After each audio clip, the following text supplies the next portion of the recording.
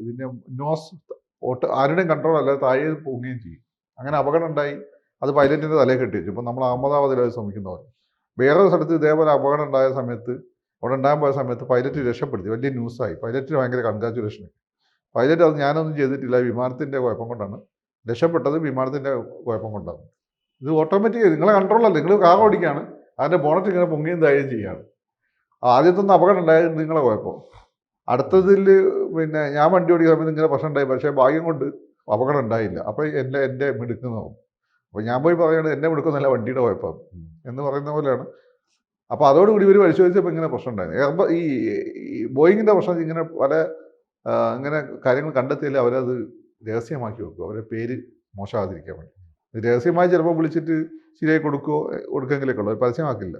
അപ്പോൾ അഹമ്മദാബാദ് സംഭവിച്ചതാണ്. അത് മറച്ചു വെക്കാൻ വേണ്ടിയിട്ടാണ് നമ്മളെ പോകാൻ പൈലറ്റുമാരെ തലയിൽ കെട്ടിവെക്കുന്നത്.